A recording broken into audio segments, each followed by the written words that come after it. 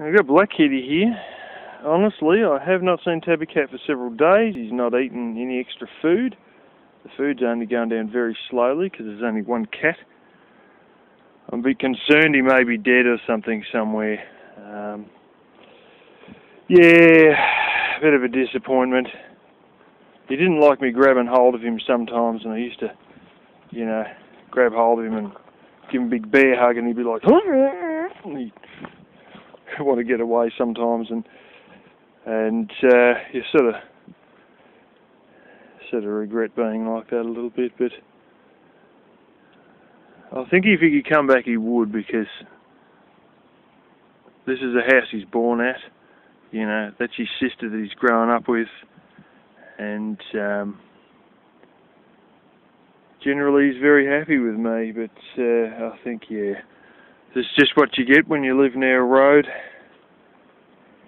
They get hit on occasion, and there's nothing you can do about it. I've been around looking for him in all the possible bizarre spots and everything, and there's nowhere he's fallen down or got caught or anything like that. Anyway, been loading this up. I loaded up stuff the other day for somebody else, and been loading this up. That's probably about as high as I could go. I don't know if you can see it. There's a water tank there, and behind that there's sheep crate. And if I had the sheep crate on, I'd be able to just keep stacking this with wood. Unfortunately, it's a two-person job to get the damn thing on without breaking the tail lights, and that's sort of not an option at the moment. I've gone and got all that stack there, as you can see. A few lines in the grass. It's all sort of looking a bit flattened and a little bit pale on the edges.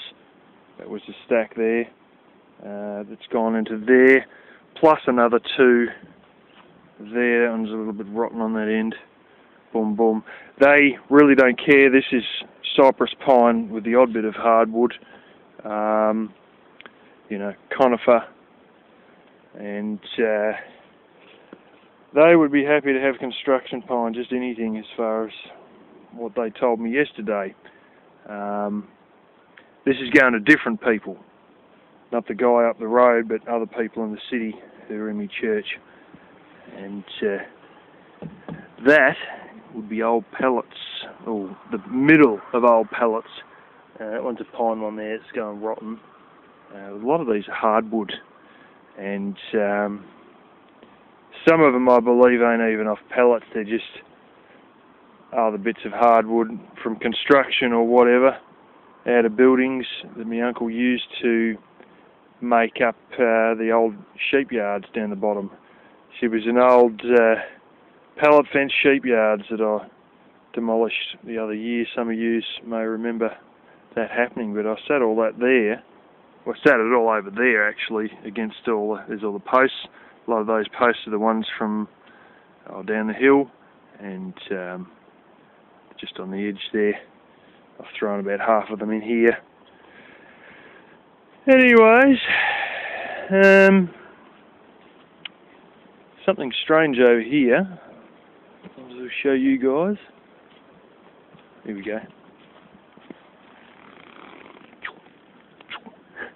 I think it's sheep hooves scraping into the ground. Somebody must have been having a bit of a head-button fight or something. Funny, the old sheep, what they get up to. This is also strange. Old algae on the ground.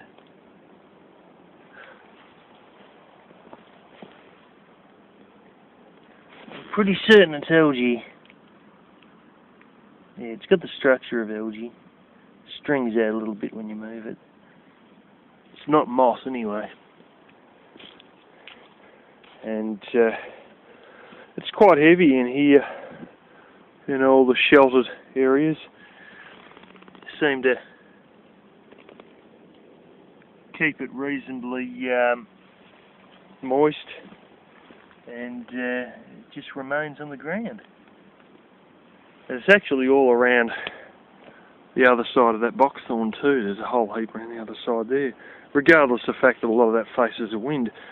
I'll be taking the wagon in and using a lot of the stuff from putting a few sheets of cardboard in the back and then filling it up with logs from under the kitchen table. These are ones I've cut out recently. You think, oh, you'd be putting these in, wouldn't you? No, actually I wouldn't. No, I want these ones for myself. Note something. Aside from the little ones on the side, there are very few sticks coming off it. Now there's a lot of them, quite a lot like that, coming off of the ones under the kitchen table. And well, this has a couple. You go, oh, how are you going to split that with a, grain going in like that and whatever?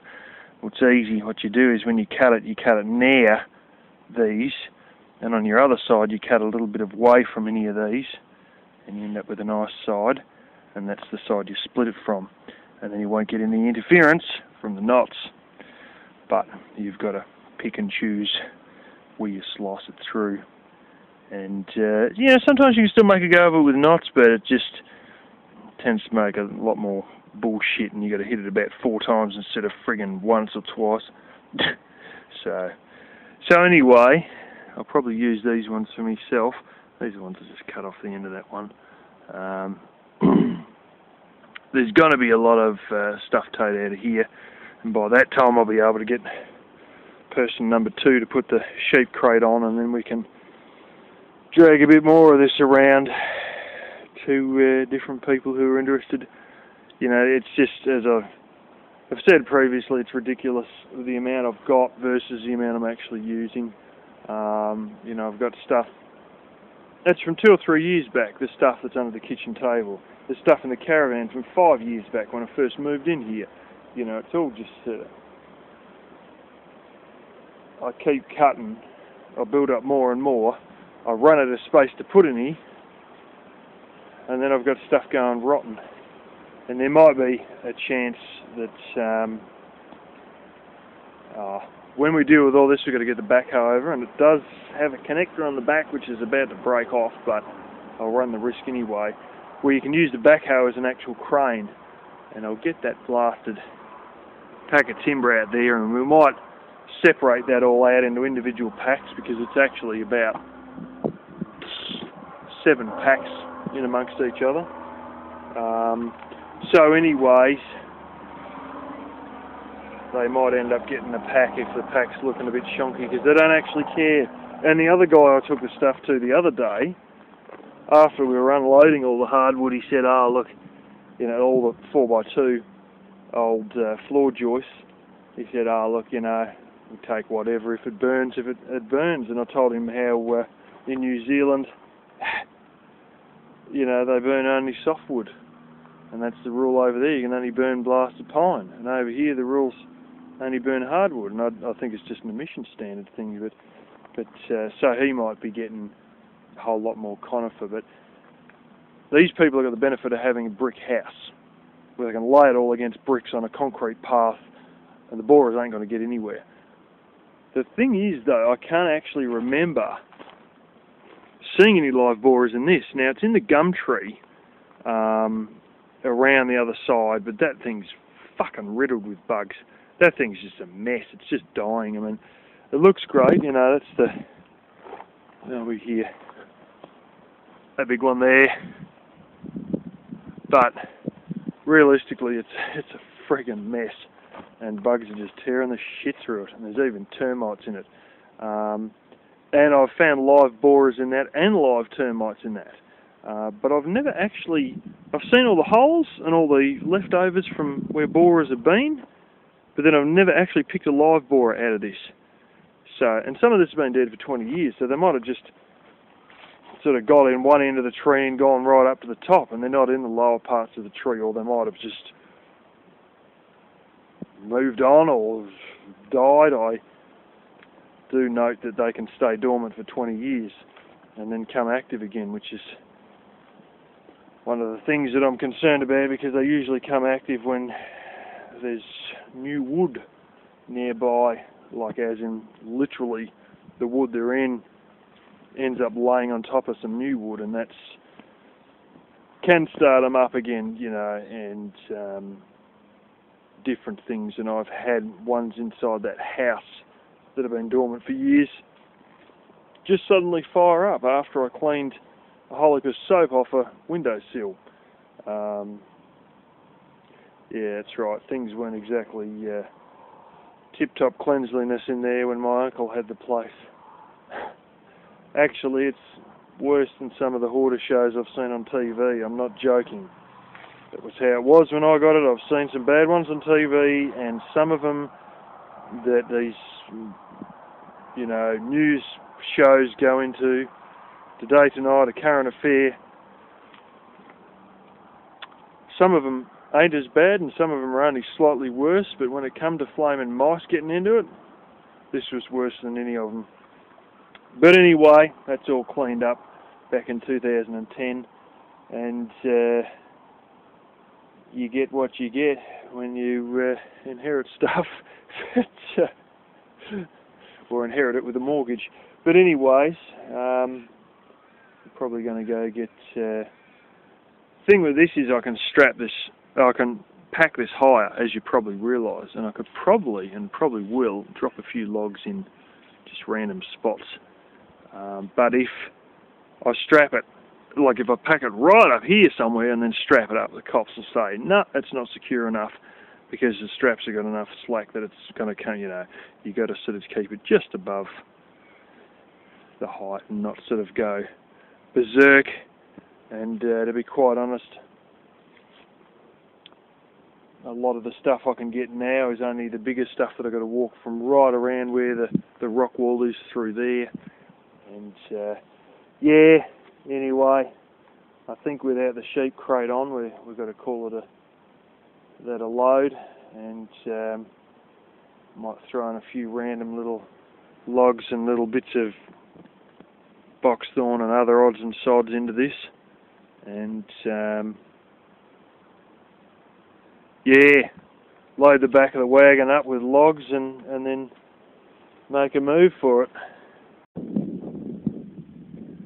Well, I always assume a lot of these are sort of going rotten underneath, but here's the old straps broke, and look at it, it's bloody beautiful timber. Bloody perfect, not rotten or anything. At least from this side. You might get in there a bit further and they're all crap, but that's beautiful. Just a bit of dust on that one there, on the edges. So there you go. You know, some people tell me that pine outside will rot within the first 2 years. It's been here for quite a few years, but what you've got to recognise is all this other crap's taken the brunt of the weather, and this is sort of shielded because it's on the bottom. Having said that, these ones here don't look so good at the end,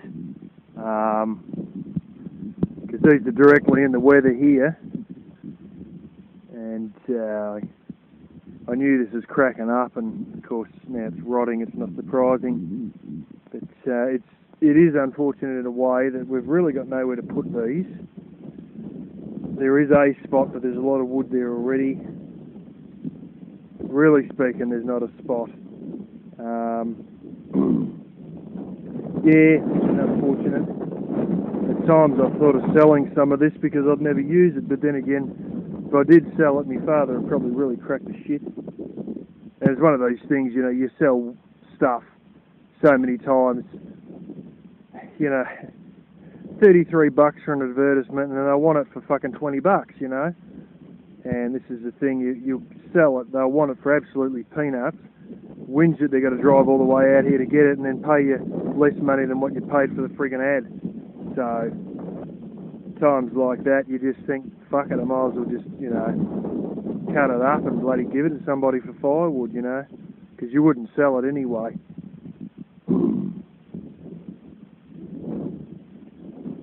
Yeah, a lot of this used to be good, but, you know, once again, sort of starting to split. It's all because it's out in the weather, whereas this has been sort of tucked in under here, under all this other stuff. sort of misses all the crap. But, I don't know. That sort of looks a bit like it's treated, that one. But that's not so great the way the grain is there. A lot of this wasn't. Some of it was good. Plenty of it wasn't. A lot of these decking boards and that are just so ridiculous. And some of them are just the outer edge. Bits that are split and splintered, and like I was saying here, big bloody knots, big knot. There's been a knot there and that's where it's broken off, been a knot there, that's where it's broken off, been a knot there. This is all rough sawn, of course, and then they put it through a planer. It looks like something out of a James Bond movie. Same with these.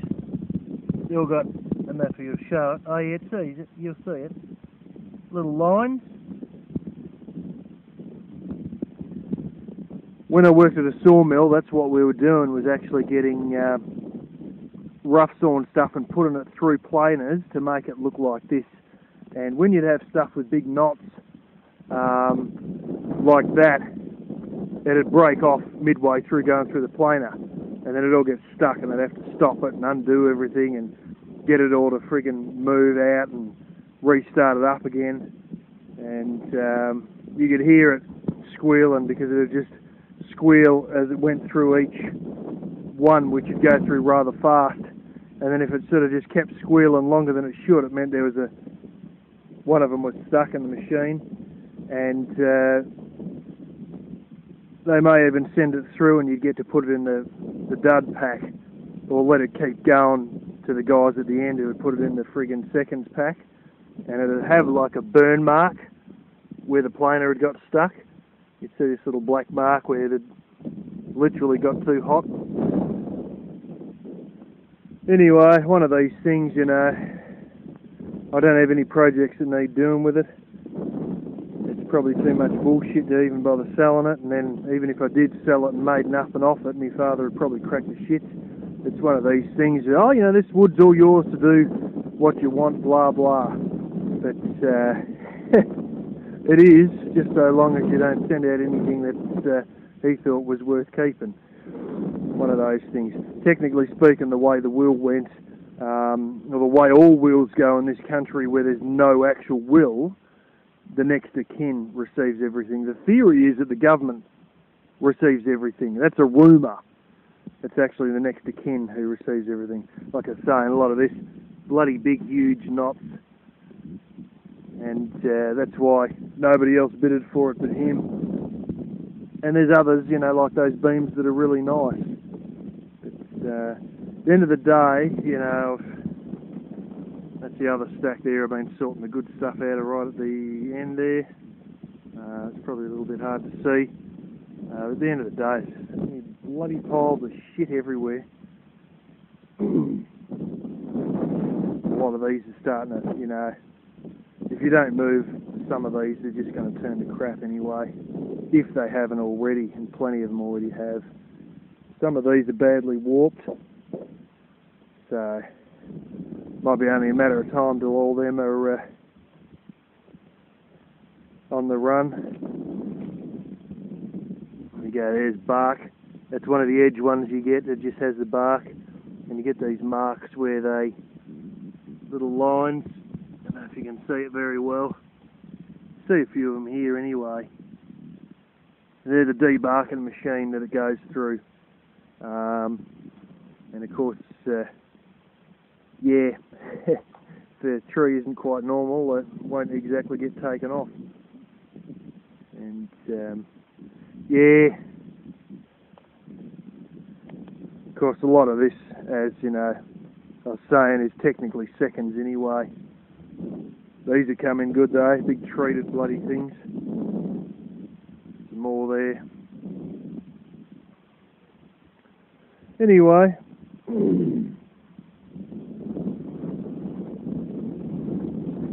Alrighty, I've got the wood heater going. I've just drying some stuff in there. I've basically had Black Kitty go and regurgitate a friggin'. You didn't vomit it up, it was just regurgitated. There's a bit of mucus over it, and it was basically bird she'd eaten, and she regurgitated that a couple of days ago. About an hour or two before I was about to go to bed, and oh gee, I was not happy. And yeah, anyway, I had to wash those blankets that night and sleep over at the other house that I'm house sitting. And long story short, I thought I might as well do the other sheets. So I done the blankets and I done all the fitted sheets today, and they're just in there drying. So I got a little trick where I get a bit of plywood and actually, I don't know if you can, screws over the cat flap, and then somebody can't work out why she can't get in. But anyway, they're in there drying. Just been boiling some spuds and snow peas up. We got them on the cheap. Get all these things on the cheap, but they're pretty flaming good for snow peas, these ones. Anyway, been boiling that up on the wood stove. Yeah, it's flat about the whole tabby cat thing. I haven't seen any sign of him. I've gone up the side of the road and haven't seen him there.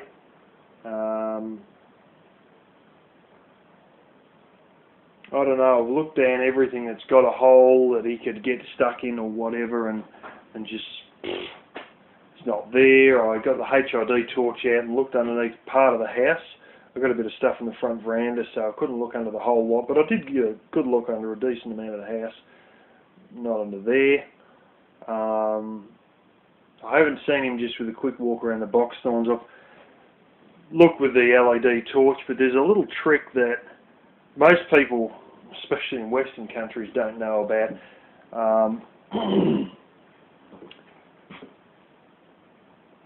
You'll probably know about one aspect of it, but not the second aspect of it. It's the idea of eyes reflecting back. Now that happens with people, with cats, you know. That's why those reflectors on the road are called cat's eyes, you know, because they reflect back. But people who have been into war zones, or, you know, like Somalia is the first case I heard of it, reading a book about the war zone there, and, you know, the Sudanese in this country could probably tell you the same thing, although they don't like to think about these sort of things. That is, apparently as you drive at night, especially if you're in an area where there's been a battle, the eyes of the dead will reflect back at you. So if there's dead bodies on the ground, their eyes will reflect back, regardless of the fact they're dead. We all know the eyes of live things reflect back, but apparently the eyes of dead things reflect back too. And I've only sort of just walked around during the day and then had a look with the LED headset, which quite frankly isn't bright worth a cracker. And I may get out the HID torch because it is exceedingly bright, and walk around the box thorns tonight and see if I can see anything reflecting back at me, because that is shockingly bright. It is like having a set, not one, but a set of car headlights in your hand in a torch. It is that bright. You can light up things from a couple of 100 yards away with this blooming torch. So if there's any chance of him having his eyes open, dead, being in there, I'll see with that torch. A little while ago, I never mentioned this, but he come back. He obviously fell out of a tree or something, and basically had a boxthorn spike about 3/4 of an inch long, jammed through his cheek, and then come back out near his eye. It was sort of like on the cheekbone, more or less. It come up through the bottom and then come up near below where his eye was, sort of thing. And it went through one side and out the other. And I thought, what the hell's this? And I grabbed hold of him and I pulled it out. And yeah, I don't know exactly what that was caused by. But the ginger cat might be something to do with the equation too. The ginger cat has been here a bit the other day, and I believe he's a male, and I don't know if there's been a fight and tabby cat's got killed or what, One thing I do know is that Black Kitty does not like the ginger cat and tries and chases him away. Anyway, it'd be nice to be able to find where the body is just so I can bury him. I don't exactly know where I'm going to bury him, but I'll probably work it out pretty quick if I did find him. But yeah, it's sort of one of those things you'd like to know what actually happened. And I don't think there's any chance that he's off with somebody else. I really doubt that. He's not coming back in the dark of night eating as well, because the food bowl just isn't going down very quick at all. Yeah, it's like that, some of these things. And there may be a chance that we'll pull all the box horns out, and that's when we'll find him underneath it, or even in years to come when this house is demolished or whatever. I'd like to put either another cottage back here or a shed in the same spot, and in all that, when all the floor comes up, we'll find whatever's under there that we might not have been able to see with a torch, especially in the lower part of the house, which is like my bedroom side and the tool room side sort of thing. But yeah, it's one of these things. If you knew what happened, it wouldn't be quite as bad as just always sort of not knowing. But well, it's only a cat, it's not a person. But I do miss the little bastard.